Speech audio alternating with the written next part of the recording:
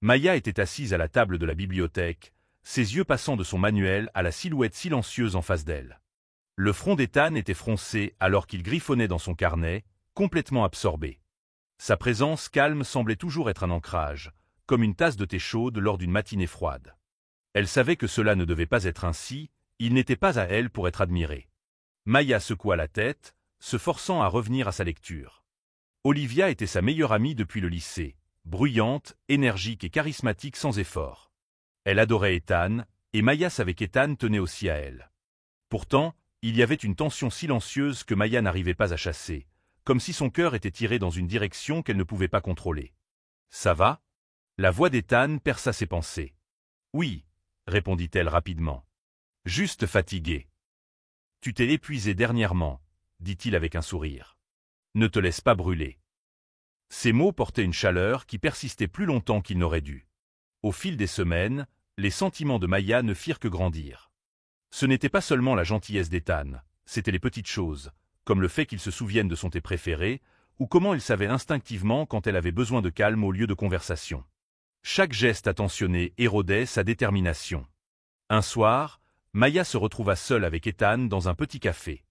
Olivia avait prévu de les rejoindre, mais elle avait annulé à la dernière minute. Maya essaya de ne pas se sentir soulagée. La lumière douce des ampoules suspendues adoucissait la pièce, et le rire d'Ethan semblait remplir chaque coin. « Je pense qu'Olivia m'évite ces derniers temps, » dit-il en remuant son café. « Elle a été tellement occupée, on dirait qu'on ne se parle presque plus. »« Je suis sûr qu'elle est juste débordée, » dit Maya, ses mots doux mais incertains. « Ouais, peut-être. » Il marqua une pause, puis sourit. « Je suis content que tu sois là. » Le cœur de Maya fit un bond. Elle voulait dire quelque chose de léger, mais la chaleur dans ses yeux la fit hésiter. Elle savait qu'elle devait repousser ses sentiments, ce n'était pas sa place. Les jours se transformèrent en semaines, et les émotions de Maya devinrent de plus en plus difficiles à contenir. La vie sociale grandissante d'Olivia la tenait occupée, laissant Maya et Ethan passer plus de temps ensemble, parfois à la bibliothèque, parfois simplement en rentrant chez eux après les cours. Chaque moment floutait les frontières entre ce qui semblait juste et ce qui paraissait dangereusement proche de quelque chose de plus. Un après-midi, ils rejoignirent un groupe d'amis pour un court road trip. L'air sentait les pins et l'air frais lorsqu'ils gravirent un sentier forestier tranquille. Lorsque le groupe s'arrêta près d'un petit lac, Ethan s'assit à côté de Maya. Leurs épaules se frôlaient à peine. Le silence entre eux n'était pas inconfortable, c'était autre chose, quelque chose qui semblait trop familier.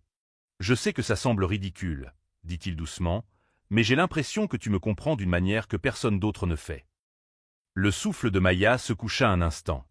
Elle oublia Olivia, oublia la culpabilité qui la rongeait, tout ce qu'elle pouvait penser, c'était combien elle voulait que ce moment dure. Mais aussi soudainement que le moment était arrivé, Maya s'éloigna. « Il faudrait qu'on rentre, » murmura-t-elle. Cette nuit-là, elle resta éveillée dans sa chambre, le poids de ses sentiments l'étouffant. Elle savait ce que son cœur voulait, mais le suivre signifierait briser celui de quelqu'un d'autre.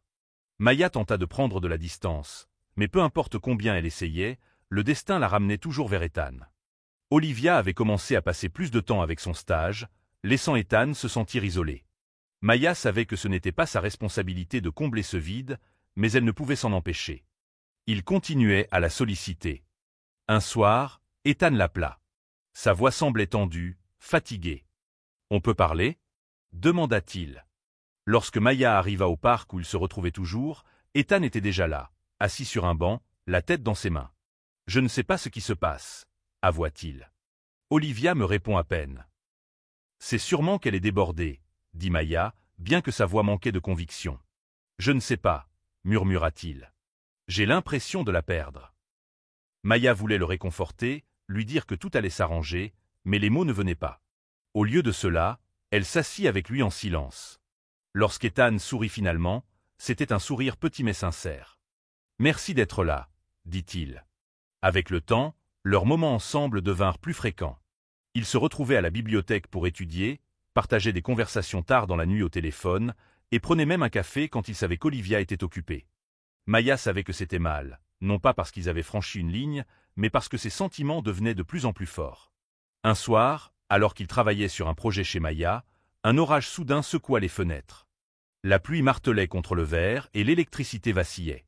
« On dirait que je suis coincé ici pour un moment », plaisanta Ethan. Maya rit, mais son cœur battait plus vite. La lueur faible d'une bougie illuminait son visage alors qu'il parlait, et avant qu'elle ne s'en rende compte, des heures étaient passées. « Tu sais, » dit Ethan doucement, « je me sens toujours plus calme quand je suis avec toi. » Le souffle de Maya se coucha de nouveau. Elle savait que ces mots ne devaient rien signifier, mais ils en avaient. « On devrait probablement aller nous reposer, » dit-elle rapidement, brisant le moment. Le lendemain, Olivia remarqua quelque chose. « Tu passes beaucoup de temps avec Ethan, » dit-elle, sa voix légère mais interrogative. « On est juste amis, » répondit Maya, mais les mots semblaient creux. « Bien, » dit Olivia avec un sourire. « Il compte beaucoup pour moi. » La culpabilité de Maya s'intensifia. Elle savait qu'elle devait prendre du recul avant que les choses n'empirent. La prochaine fois qu'Ethan l'appela, elle ne répondit pas. Lorsqu'il se présenta chez elle plus tard dans la soirée, elle hésita avant d'ouvrir la porte. « Je voulais juste parler, » dit-il. « J'ai l'impression que tu m'évites. »« Je pense que je devrais le faire, » admit-elle. « Pourquoi ?» Sa voix s'adoucit. « Parce que ce que nous avons, peu importe ce que c'est, ce n'est pas juste pour Olivia. » Pendant un instant, Ethan ne parla pas, puis il dit doucement. « Je sais. » Maya le regarda partir, le cœur lourd. Elle savait que prendre du recul était la bonne décision, mais pourquoi cela faisait-il si mal? Les jours passèrent et Maya garda ses distances. Elle évita les appels, zappa les sorties en groupe et s'enfonça dans ses études. Il semblait plus facile de se couper des autres plutôt que de risquer de compliquer encore les choses. Les textos joyeux d'Olivia continuaient d'arriver, des mises à jour sur son stage, des histoires drôles de son bureau. Tout semblait parfait de son côté, mais un soir, Maya se retrouva à un dîner qu'Olivia avait organisé. Ethan était là aussi, assis en face d'elle. Il parlait à peine, offrant des sourires à moitié sincères.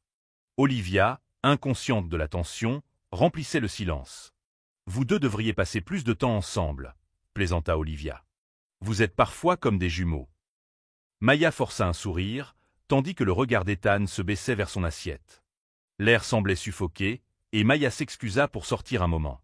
Quelques instants plus tard, des pas suivirent les siens. « Tu ne peux pas continuer à m'éviter, » dit doucement Ethan.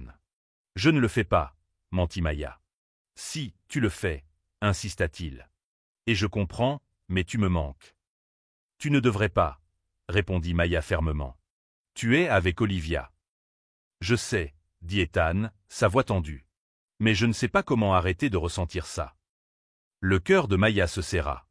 Les mots qu'elle redoutait, et pourtant espérait entendre, étaient maintenant réels. « On ne peut pas faire ça, » dit-elle en reculant. « Je sais, » répéta-t-il. « Mais je ne peux pas prétendre que ce n'est pas là. » Avant que Maya ne puisse répondre, la voix d'Olivia s'éleva de l'intérieur. Ethan se retourna, mas Maya se figeia. Elle savait que la tension devenait trop évidente. Olivia n'était pas stupide, elle allait finir par le remarquer. Le week-end suivant, Ethan se présenta chez Maya. Son expression était tendue, comme s'il portait quelque chose de lourd depuis trop longtemps. « J'ai dit à Olivia que j'avais besoin d'espace, » dit-il doucement. « Quoi ?» Le cœur de Maya se serra. Pourquoi ferait-il cela? Parce que je ne peux pas continuer à prétendre que tout va bien alors que ce n'est pas le cas. Tu n'avais pas à le faire, dit Maya. Si, je l'ai fait, coupa Ethan. Je ne pouvais pas rester là à faire comme si rien n'allait.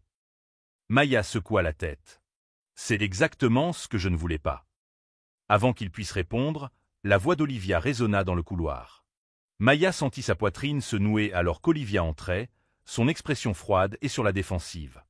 J'ai tout entendu, dit Olivia d'une voix calme mais tranchante. Olivia, je te jure, il ne s'est rien passé, dit précipitamment Maya. Je sais, répondit Olivia, mais presque non. Ni Maya ni Ethan ne purent répondre. Le silence parlait plus fort que les mots. Je ne sais même pas ce qui fait le plus mal, chuchota Olivia, le fait que tu l'aies aimé, ou le fait que tu ne m'aies pas tout dit.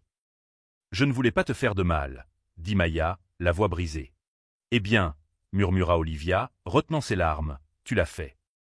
Elle se tourna et partit, laissant Maya debout sur le pas de la porte, sentant qu'elle venait de perdre à la fois sa meilleure amie et la personne à qui elle ne pouvait s'empêcher de penser. Les jours suivants furent vides. Maya laissa son téléphone en mode silencieux, trop honteuse pour contacter Olivia. Elle n'avait pas répondu à ses textos, et Ethan était devenu silencieux aussi. Le poids de tout ce qu'elle avait essayé d'éviter s'effondra sur elle.